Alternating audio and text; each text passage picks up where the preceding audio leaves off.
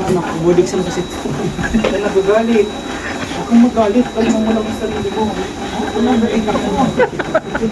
Ito nga pala ang Kois Roms TV, isang factory worker, husband, and the same time, isang content creator. Kaya tara, let's go!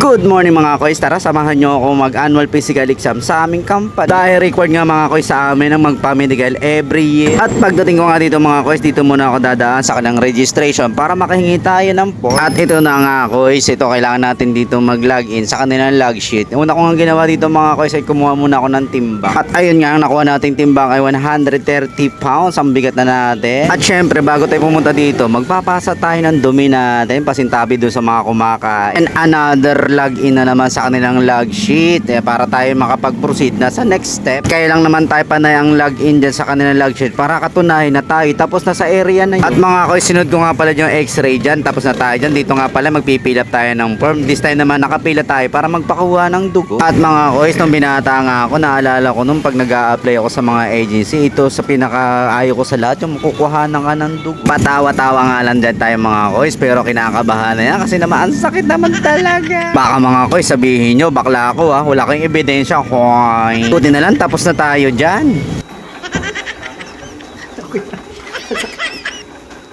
Grabe nga yung kinuha ang dugo sa akin, napakarami, parang wala itinira. Pero dito na tayo, proceed tayo sa physical exam. At dito nga mga kois, dito magkakaalaman kung talagang tayo high blood kasi malagi na naman tayo mainitin ng ulo. At this time mga kois, kinukuhanan nga tayo ng BP ni doktora, kaso yung taas talaga ng ating dugo, 140/100. At dahil gusto nga ni Doc na makasigurado, kumuha pa siya ng panibagong BP. At nung nag-BP nga uli ako, ang taas pa rin ng ating dugo, 140/100 pa rin. Talaga namang ganun talaga ang dugo natin. Bibili ko muna ako sa